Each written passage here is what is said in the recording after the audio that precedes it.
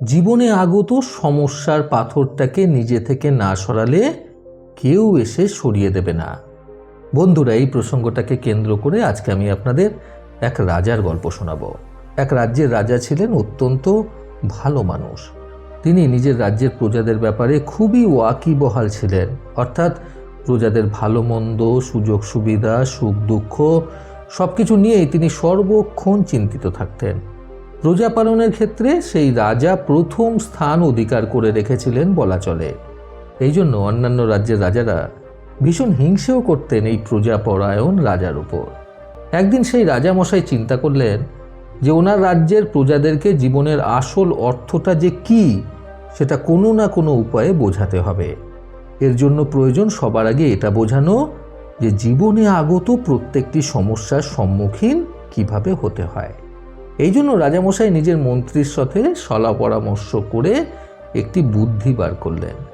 তিনি মন্ত্রীমশাইকে বললেন, গ্রামের ঠিক মধ্যবর্তী জায়গা, অর্থাৎ যেখান দিয়ে গ্রামের বেশিরভাগ মানুষজন প্রায় নিত্যদিন যাতায়াত করে থাকে, সেই জায়গাটা একটা বড় মাপের পাথর ফেলে রেখে দিতে।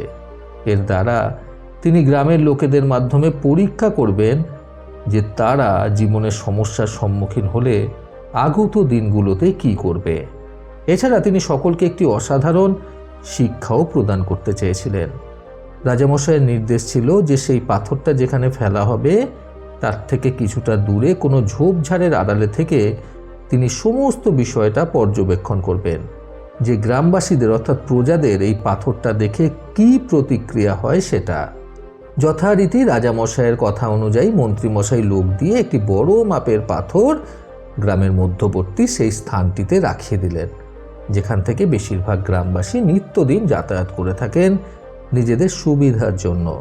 তারপরে পাশের ঝোপঝাড় থেকে রাজামশাই চুপটি করে দেখতে লাগলেন যে গ্রামের লোকেদের প্রতিক্রিয়া কী। রাজামশাই সাধারণ ছদ্মবেশ ধারণ করে সেখানে দাঁড়িয়েছিলেন। রাজামশাই লক্ষ্য করলেন গ্রামের লোকেরা পাথরটার সামনে এসে দাঁড়িয়ে দাঁড়িয়ে পাথরটাকে দেখছেন।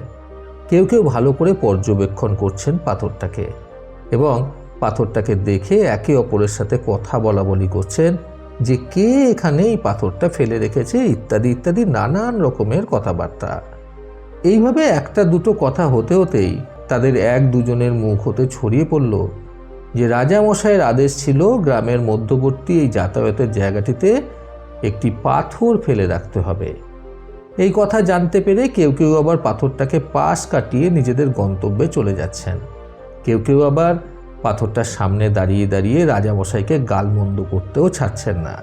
কেউ কেউ আবার পাথরটাকে হাত দিয়ে সরানোর চেষ্টা করছেন ঠিকই, কিন্তু অসফল হয়ে পাথরটার পাশ দিয়ে গা ঘেঁষে চলে যাচ্ছেন।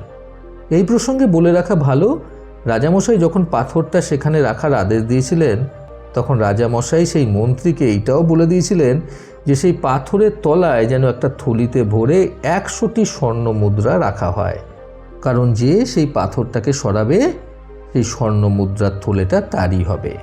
যথারীতি রাজামশাইয়ের আদেশ অনুযায়ী মন্ত্রীমশাই কিন্তু তাই করেছিলেন।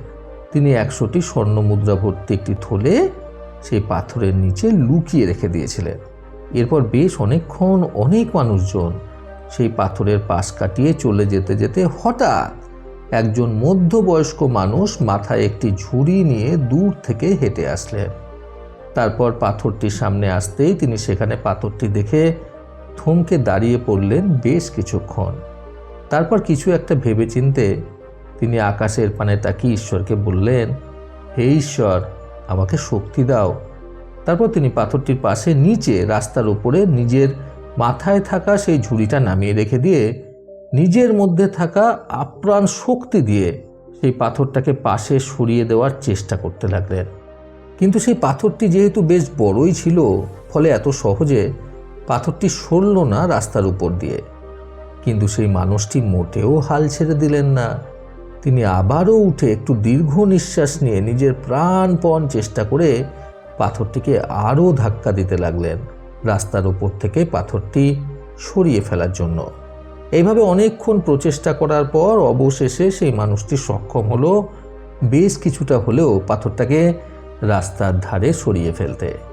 এবারে রাস্তাটা বেশ অনেকটাই ফাঁকা হয়ে গেছে, ফলে অনায়াসে যাতায়াত করতে আর কোনো অসুবিধা হওয়ার কথা নয়।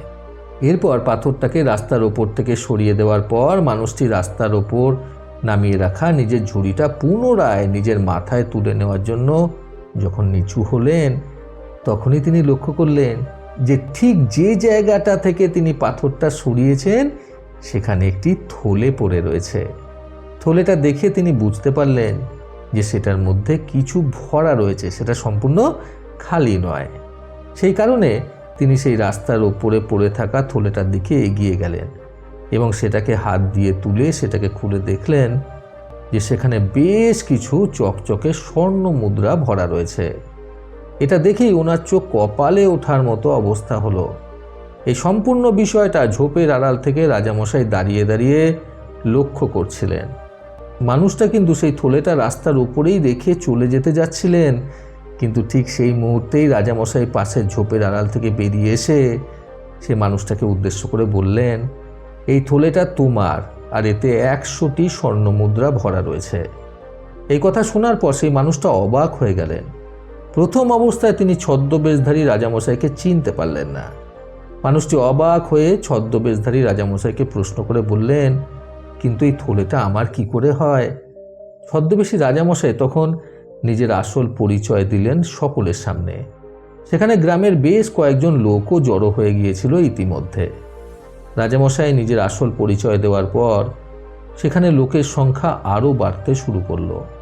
তখন রাজামশাই সেখানে উপস্থিত প্রায় অর্ধেক গ্রামবাসীকে উদ্দেশ্য করে আসল ঘটনাটা ব্যক্ত করলেন। তিনি যে কেনই বা ছদ্মবেশ ধারণ করেছিলেন সেটাও তিনি সকলকে জানালেন। তখন রাজামশাই বললেন যে গ্রামবাসীদের একটি অসাধারণ শিক্ষা দেওয়ার উদ্দেশ্যে তিনি এই পুরো ঘটনাটা রচনা করেছিলেন। মূল শিক্ষাটা ছিল এটাই যে জীবনে কোনো সমস্যা আসলে কিভাবে সেই সমস্যার মোকাবেলা করতে হয়। এরপর রাজামশাই আরও বললেন যে এই মানুষটি যে পাথরটাকে নিজের প্রচেষ্টায় সরিয়ে ফেলল, সে কিন্তু সমস্যা দেখে পেছনে সরে যায়নি বা অন্যান্য মানুষগুলোর মতো সমস্যাকে গালমন্দ করতে শুরু করেনি, বরং সে নিজের প্রচেষ্টায় এই সমস্যা থেকে বেরিয়ে আসার চেষ্টা করেছে এবং সমস্যাটাকে নিজের জীবন থেকে সরিয়ে ফেলতে চেয়েছে। আর নিজের প্রচেষ্টায় সে সফলতাও অর্জন করেছে। অপরপক্ষে গ্রামের অন্যান্য মানুষেরা পাথরটাকে সবথেকে বড় সমস্যা বলে মনে করে সেটাকে উপেক্ষা করে চলে গেছে। কেউ কেউ আবার সেটাকে নিয়ে গালমন্দ করতে শুরু করেছিল। আমি ইচ্ছাকৃতভাবে এই 100টি স্বর্ণ মুদ্রা সমেত থলেটা মন্ত্রীকে দিয়ে এখানে রাখিয়েছিলাম, কারণ আমার দৃঢ় বিশ্বাস ছিল কেউ না কেউ তো এই গ্রামে নিশ্চয়ই রয়েছে যে এই সমস্যা থেকে ঠিক বেরিয়ে আসতে পারবে এবং এই থলেটা উপহার স্বরূপ পাবে। আর তুমি হলে সেই মানুষ যে নিজেকে এই শিক্ষাটা দিলে যে সমস্যার থেকে বেরিয়ে আসার জন্য সমস্যাকে ভয় পেয়ে পিছনে সরে না গিয়ে বরং সমস্যাটাকে জীবন থেকে সরিয়ে দেওয়ার প্রচেষ্টা করাটা খুবই জরুরি। এইভাবে রাজামশাই গ্রামের সকল প্রজাদের এই শিক্ষাটা দিলেন যে সমস্যা থেকে কিভাবে বেঁচে ফিরতে হয়। বন্ধুরা, যে কোনো সমস্যাকে সহজভাবে গ্রহণ করতে আজকের গল্প থেকে শিক্ষণীয় 3টি কথা মনের মধ্যে লিখে রাখুন। প্রথমত, সমস্যাকে ভয় নয় বরং সমস্যাকে জয় করতে জানতে হয়। দ্বিতীয়ত, জীবন মানেই জীবনে সমস্যা আসবে, কিন্তু সেই সমস্যাকে কখনোই অদেখা করে চলে যেতে নেই, বরং সেই সমস্যার সাথে মোকাবিলা করার মতো শক্তিও অর্জন করতে হয়। তৃতীয়ত, সমস্যা থেকে বেরিয়ে আসার একমাত্র মোক্ষম উপায় হলো কঠোর পরিশ্রম এবং প্রচেষ্টা।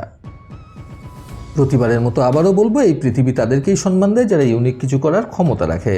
সকলের সুস্থ এবং সুন্দর জীবন কামনায় প্রকৃত জীবন থেকে আমি সন্তু চক্রবর্তী আবার আসবো আগামীকাল নতুন সুন্দর শিক্ষণীয় একটি ছোট গল্পের সাথে। ভালো শুনুন, ভালো থাকুন। ধন্যবাদ।